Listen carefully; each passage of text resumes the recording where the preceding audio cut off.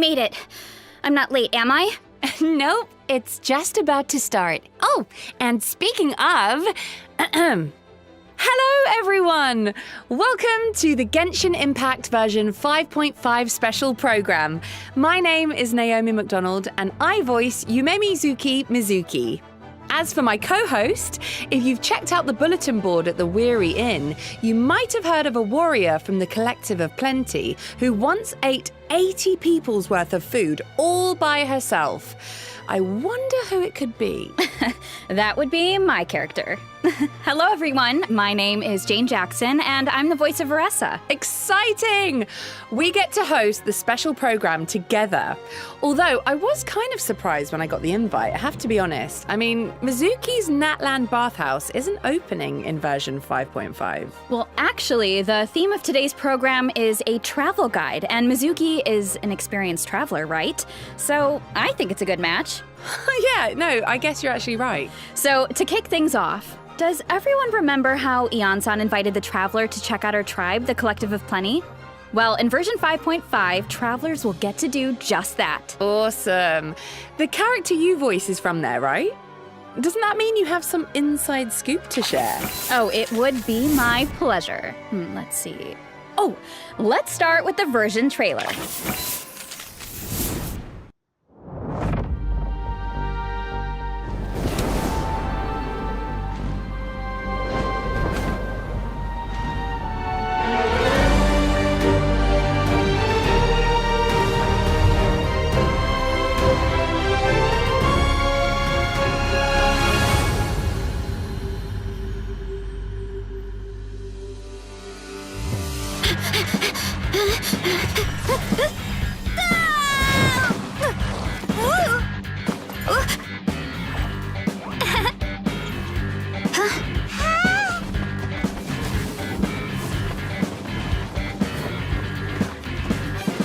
We made it!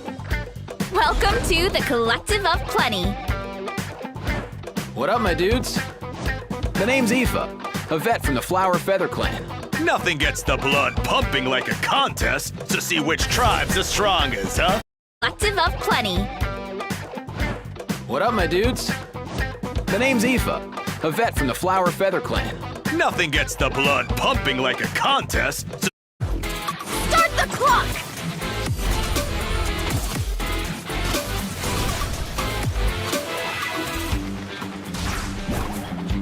Anyway, I'm sorry, but I gotta get some food in me. Atoli! Get ready to feast! More, please!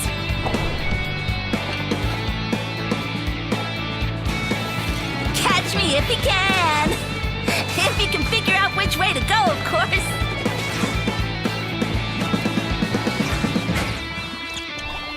Evil jerk of a mushroom! Let me show you instead. Here goes nothing. Look out below!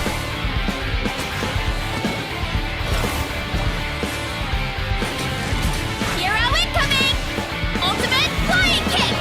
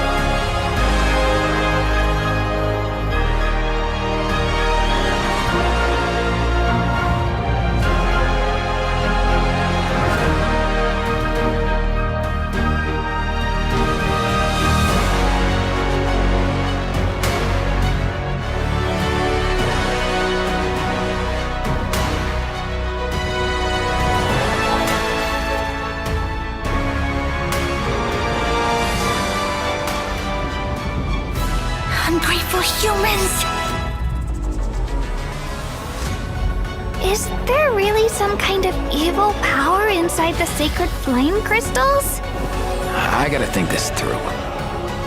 What should I do? It would be great if we could get to the bottom of this, but not every historical mystery can be unraveled.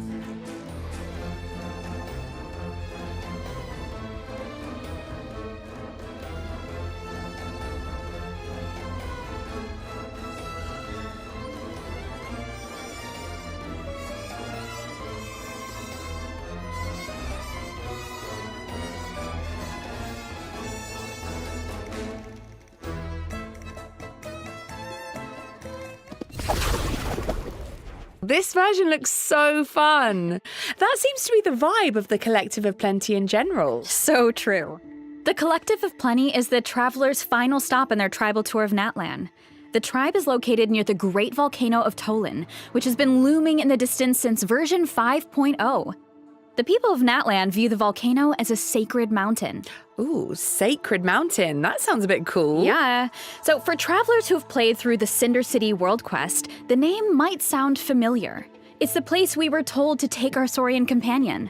So if you're planning to explore the volcano, head to the tribe first and keep going from there. Whoa, that platform looks like it has bull horns. Kind of like Veressa. Must be one of the main attractions of the tribe. Huh. Did that volcano just erupt? Yeah, the volcano is dormant most of the time, but if the ground starts to shake, it could be a sign that an eruption is imminent. But if that happens, you can just find somewhere safe and watch the volcanic rain. It's actually really beautiful. Oh, and you'll probably encounter falling rocks too, but the tribe's Saurians can help out with that. Ah, nice. Like the other tribes, the Collective of Plenty is home to a unique kind of Saurian, the Tatankasaur. The little ones may look cute and innocent, but don't be fooled. Adult Tatankasaurs are powerful creatures. They can smash rocks and other objects by sprinting at them. Striking something with their horns triggers their fighting spirit, enabling them to perform a second sprint, which is faster, more powerful, and allows them to briefly dash across water or liquid phlogiston. Tatankasaurs are gentle creatures at heart, but when they get serious, their brute strength is nothing to scoff at. Take advantage of the indwelling mechanic during exploration, and no obstacle will be able to stand in your way. Sweet. Oh, I should also mention, Veressa has a Tatankasaur companion of her own. Her name is Vanana. Oh, she even has a little bow on her leg. What's she doing? Oh, looks like she's keeping watch over the orchard for Veressa. And speaking of the orchard, let's look at some of Veressa's food favorites. Okay. Veressa's family owns the orchard, so it looks like their fresh fruit made the top of the list. Being so close to the volcano makes the Collective of Plenty a great farming area, so the fruit is even more delicious. Oh, what about that? What's the Epic Feast Showdown? Well, it's actually a speed eating contest featuring a ton of delicious food. The servings are that big? How do people even finish something like that? Come hungry, I guess? Veressa will introduce the traveler to another one of her favorites during her tribal chronicle, a fruit-flavored mushroom. And we're sure it's not poisonous? Well, just think of it as a regional delicacy. It's supposed to taste really good, but there's actually a legend about these mushrooms in the Collective of Plenty. A legend, huh? Yeah. Most of the mushrooms are red, but according to the legend, if you see a green one, it must be picked and eaten right away. Wait, what happened to the regular mushroom? Isn't that a fungus? Okay, so this might sound weird, but looks like that's all we can divulge for now. But don't worry, all will be revealed in Veressa's Tribal Chronicle. Whether you want to participate in the Epic Feast Showdown, unravel the mystery of the green mushrooms, or learn more about Veressa herself, be sure to check it out. Plus, you don't have to progress through the whole Natland story to start her chronicle. And if completed within a certain time frame, travelers can earn primo gems and level up materials for Veressa. During the Abyss invasion, Veressa was busy defending her tribe, right? The situation was so dangerous back then. I hope she didn't get hurt. Well, Veressa may seem to move at her own pace, but don't be fooled. She's a fierce warrior of her tribe. As long as she can get herself in the zone. Oh, you mean by eating 100 servings? No! Well, okay, that is one way. But she also has a different method. So Veressa grew up reading stories about Natland's heroes, and she always dreamed of following in their footsteps. So she made herself a mask modeled after the one her idol Fiatenna wore. Whenever she wears the mask, it's like she can channel the hero she always wanted to be. Oh, that's so sweet. All right, let's take a look at her combat abilities. Running late again.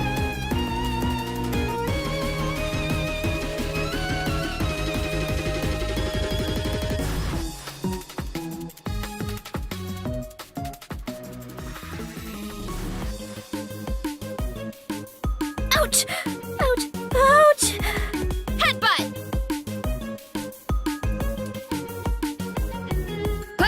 Volcano kablam! Ultimate flying kick! Hi! Ha-ha! Oh my god, the heart effects. She even falls down? That's so adorable. Without the mask, Veressa's movements can be a bit uncoordinated, awkward, and clumsy. But once she has the mask on, her demeanor does a complete 180. Oh, yeah, this girl's got wrestling skills. Definitely. But the core of her kit is actually her plunging attack. Oh, really? Yeah, kind of different, right?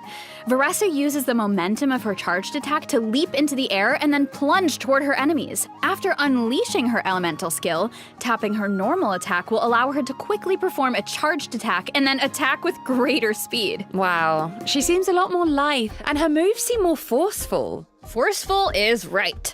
Veressa gains Night Soul points by hitting enemies with her plunging attack. When her Night Soul points reach maximum level through this method, Veressa can enter a special state and consume Night Soul points to unleash an even stronger plunging attack. So this must be the hero state you mentioned before, when she wears the mask and channels her idol. Wow, yeah, her moves definitely look so much more confident now. That's for sure. The combination of her elemental skill, charged attack, and plunging attack is where her kit really shines.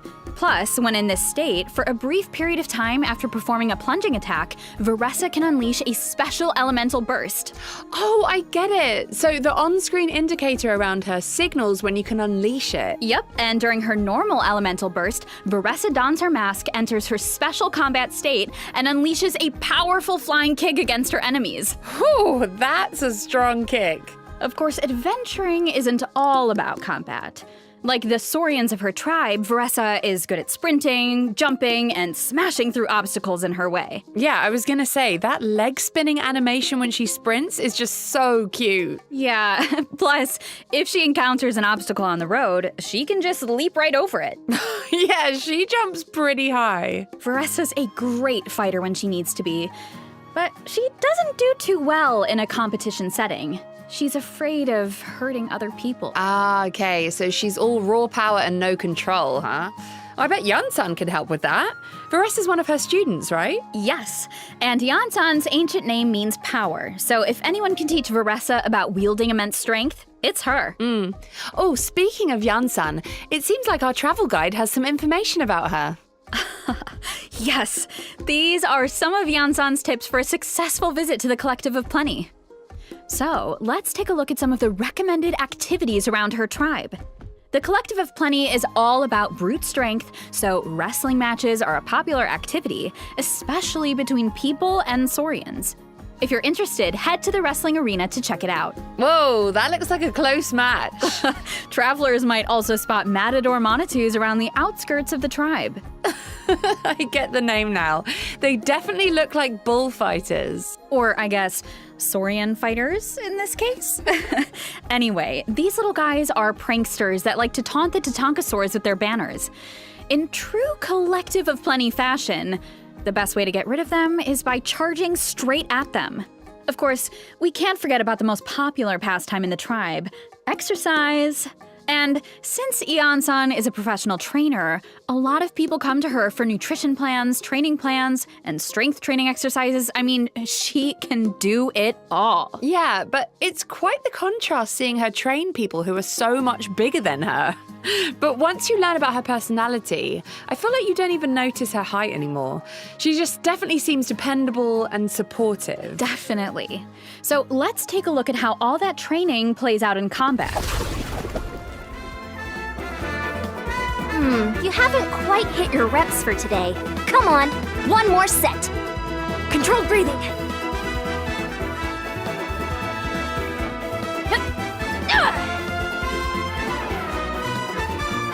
Start the clock! Heads up!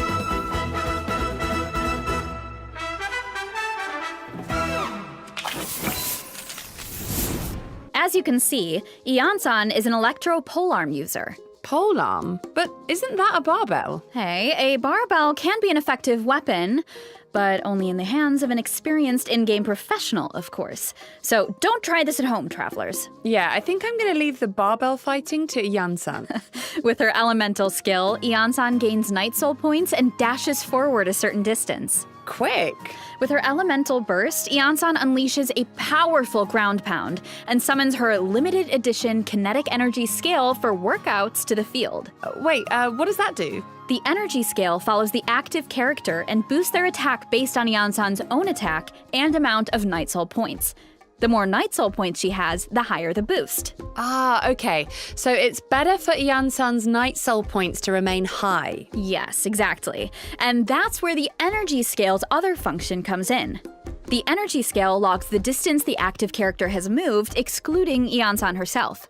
The more Ian-san's party members move, the more Night Soul points she gains, which means her attack buff is higher. Wow, okay, so it all comes down to the amount of exercise.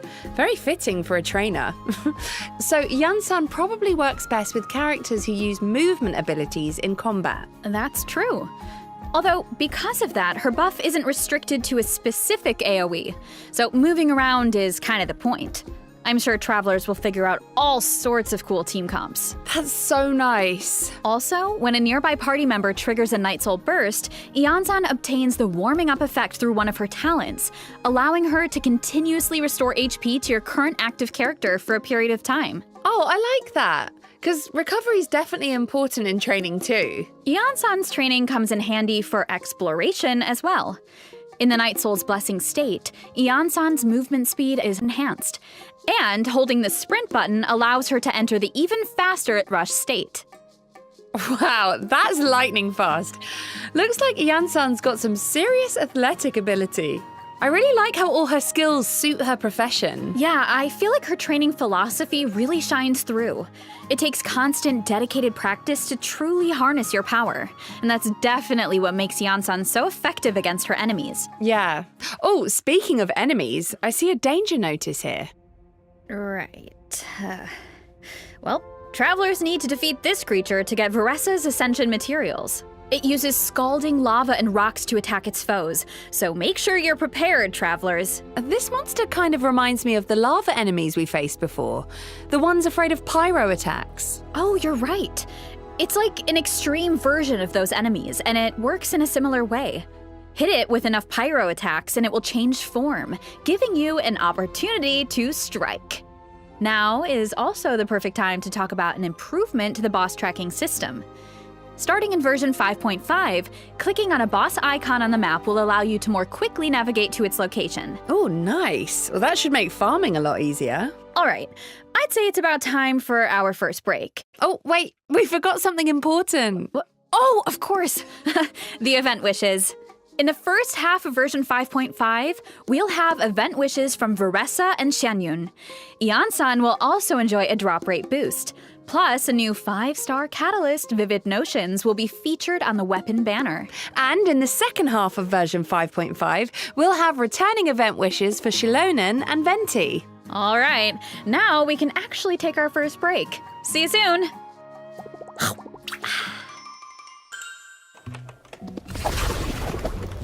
波波，沃鲁之邦是一个什么样的地方？沃鲁之邦啊，是一个充满力量与肌肉的地方。那么他们这个部族里面的人解决问题的哲学就是力大专飞。那我们在设计这个区域地图的时候啊，就希望大世界、角色和龙都有这种力大专飞的感觉。比方说在探索的时候啊，碰到跨越不了的悬崖，我觉得跑得够快就能够顺势起飞；碰到一定要过的河流，我觉得跑得够快就可以水上漂；包括碰到一些复杂地形，我觉得跑得够快就能够打通隧道、改变地形，等等等等。那沃鲁之邦的人在日常生活中有什么有意思的事情吗？我想起来，这有一款知名的风味饮料，就是用沃鲁之邦盛产的水果加兔角龙猛烈的撞击做出来的，其中这个充满烈度的撞击啊是关键，毕竟我觉得这个叫做大力出。等，停，我觉得这段得卡掉。那这次做火山有什么灵感吗？这个嘛，我总觉得之前纳岛的生态还缺少一点狂野，而火山天然就具有的野性美，则可以很好的弥补这一块。不过我们开发的同学啊，对这个设计的想法还不太统一。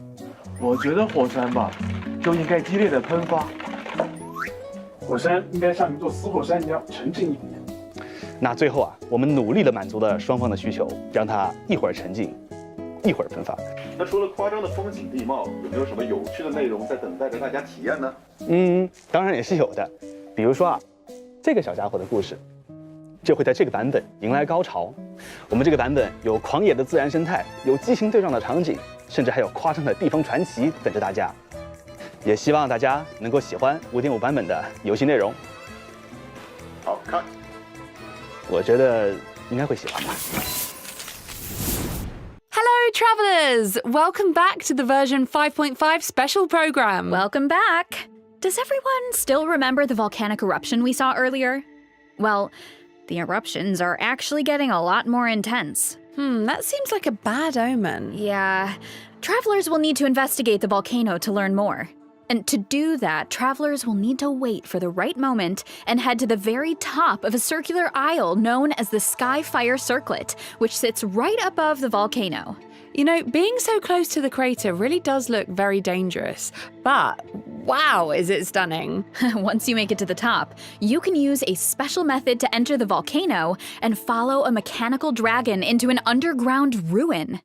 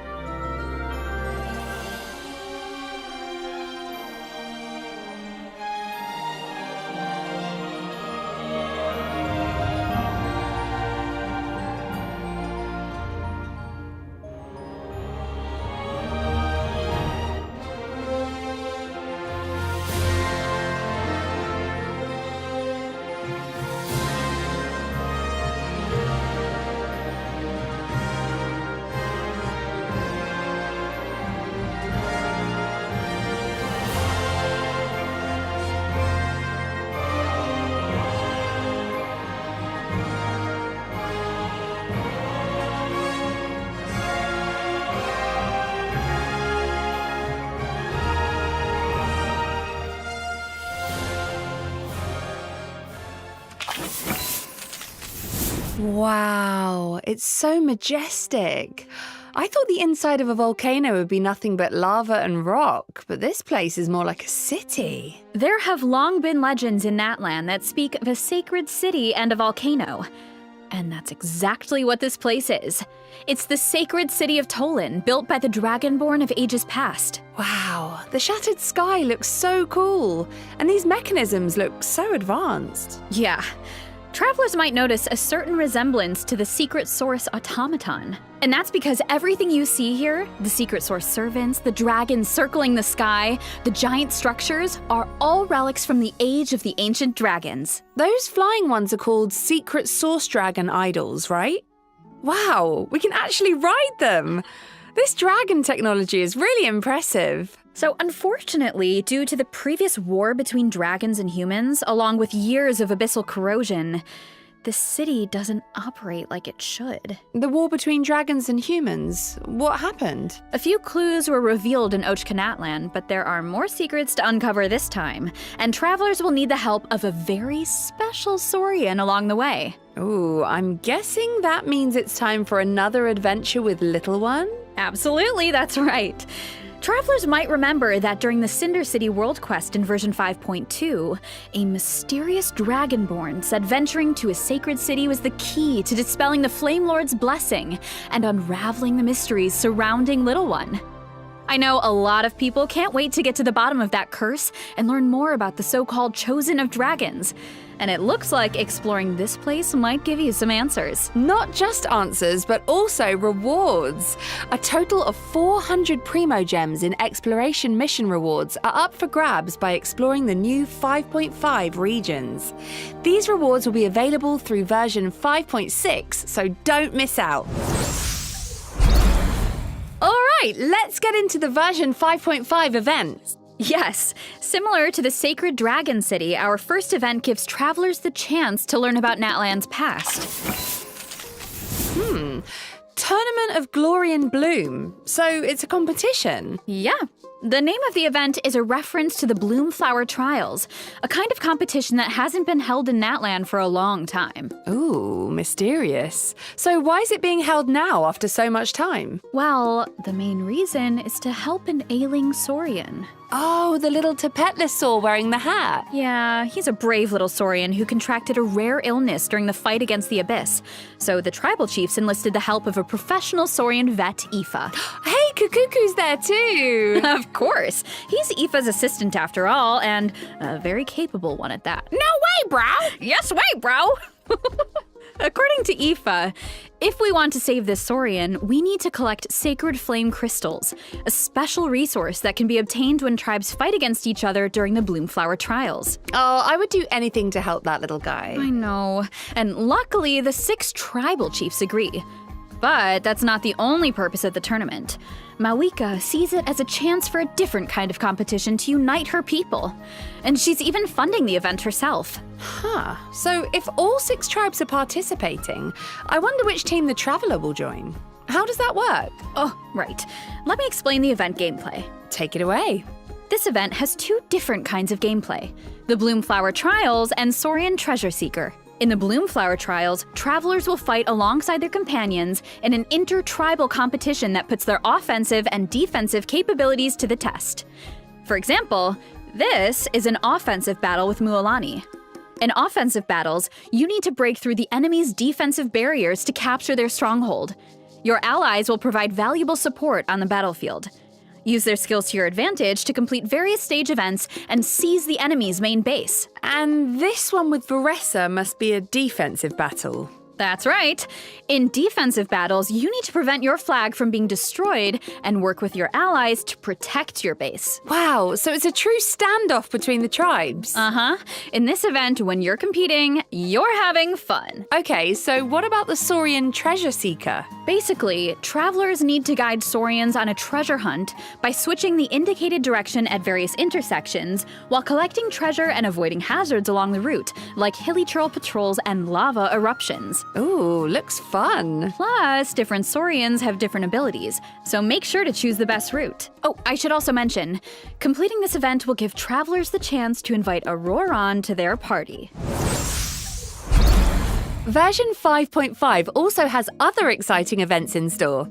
The first one is a more light-hearted co-op event. Travelers can either randomly match with other players or team up with friends. Co-op with friends is always so fun. Yeah, in this event, the goal is to collect as many adventure coins as possible. Interact with item boxes scattered around the challenge arena to obtain key resources to secure victory. Oh, so the items help you mess with other players and prevent them from earning points? Yeah, that's right. Plus, everyone has a designated character, so make sure to use their skills to your advantage. Whoa, 4 Mawikas? I can't even tell them apart.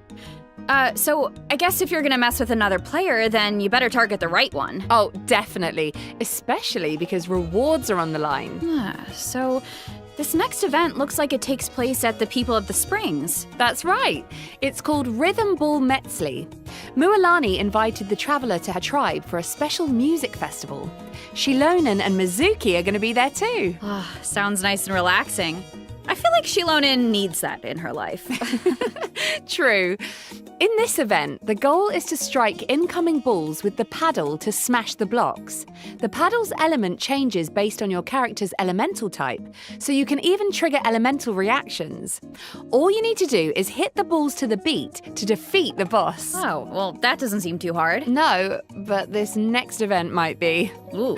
So, Unlimited Fighting Championship features 5 stages of high difficulty combat challenges. Each stage is divided into 2 halves. In the first half, you need to follow the directions specified in the challenge to earn buffs, which should give you an edge in the second half as you face off against formidable bosses. Your chosen difficulty determines the max HP of the bosses. Wait, 9,999 times HP multiplier? Is that even possible to defeat? Well, let's just say the highest difficulty doesn't take the word challenge lightly. Okay, well, this next event has to do with artifacts. So, within the event period, you can earn double the artifact drops. So, if you need to do some artifact farming, don't miss out. Travelers can also look forward to a new artifact domain and 2 new artifact sets in version 5.5. Nice. Double drops are here just in time. Yup, and plus, I heard the Long Night's Oath set tells the story of Lightkeepers who fought against the Abyss in Nodcry. Lightkeepers? Wow, Nodcry seems so mysterious. Lorekeepers, get your pens ready. Absolutely. So be sure to check out the story behind the artifact set if you're interested. All right, moving on to Repertoire of Myriad Melodies. Ooh, are we getting a rhythm game update? Absolutely. Certain Natlan OSTs will now be available in the game. Cool, I'm sure people have been waiting for that. Future updates will continue to add more music. In addition, Natlan and Venti-inspired score themes will be added to the Treasure of Myriad Melodies shop, so check them out if you're interested. Plus, in the new update, you can now play the rhythm game in the Serenity Pot. Nice. Version 5.5 is also adding new permanent envisaged echoes challenges for Venti and Dia. Complete them to earn their corresponding echoes. Ooh, Dia's flames are so cool. Oh, and Venti's echoes look like feathers in Cecilia's. Very fitting. So check them out if you're interested. Yeah, and good luck with the challenges. Travelers can also look forward to some Genius Invocation TCG updates, including new character and action cards. So don't miss out, Genius Invocation fans. All right. Next up on the agenda is our break for the 3rd redemption code. See you on the other side, travelers.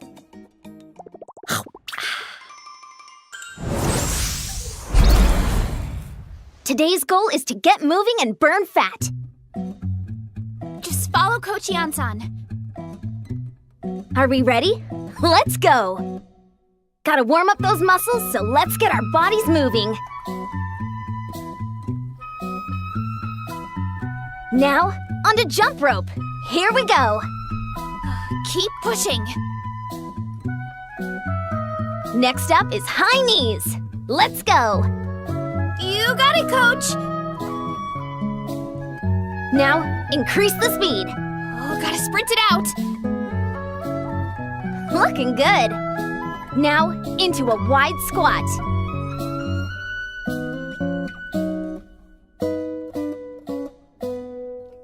You're amazing, Coach! Keep it up! You can do it! Hang in there. We're gonna alternate punches and knee drives.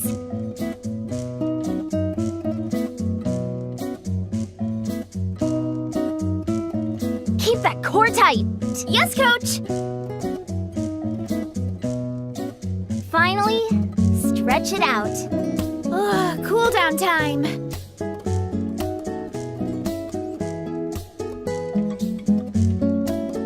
All right, that's it for today's session. See you tomorrow. Don't miss out. Welcome back. Woo! Let's jump right into some system optimizations.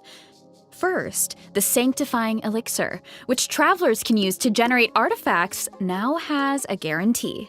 Ooh, what kind of guarantee? So starting in 5.5, for artifacts defined with Sanctifying Elixir, as you raise them to maximum level, at least 2 substat enhancements along the way are guaranteed to be applied to your targeted substats. Hopefully, this improves the leveling experience. Yeah, definitely sounds like it'll be easier to get the artifact you're aiming for. This next update should also be useful. In version 5.5, the treasure compass will now be able to detect more treasure locations, including the new kind of Manitus in the Collective of Plenty region. Oh, nice. So that should make it easier to farm those Primo Gems. Exactly. Plus, in addition to the boss tracking update we mentioned earlier, there will also be updates to the mail system, so be sure to check out the developers' discussion for further details. And we also have a piece of out-of-game news to share. So, Genshin Impact is teaming up with Seagate to release an external SSD. Let's take a closer look at the collab.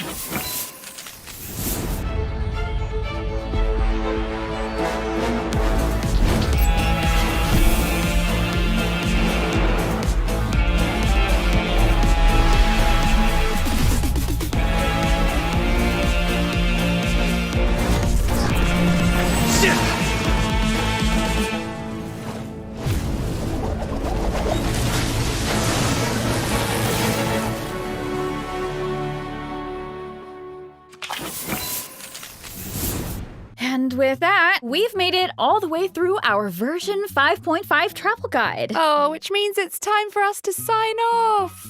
But guys, it's been so fun. We hope you've enjoyed it. We've really enjoyed seeing all of this new stuff that's about to come out.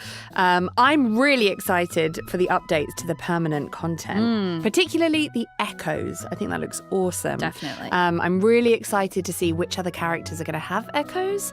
I was thinking if Veressa has one, it's got to be food themed, right? It's going to be like mini donuts or Tacos. Yeah, to tacos, just like flying out of the back of her. I mean, that sounds delicious. Well, you wouldn't want them to drop, though, you know. No, I'm sure she'll still eat them. Totally. 3-second rule. Well, I am super excited for everyone to get the chance to meet Veressa and have fun with her in-game, learn a little bit more about her. I don't know, can't wait. And I'm still thinking a little bit about just that sacred city of Tolan, learning more about that. It just seemed super interesting to just explore this whole different world within a world in a way. So exciting. Yeah. Well, it's time for us to say goodbye. So bye, travelers. See you in game. Bye, guys. Bye.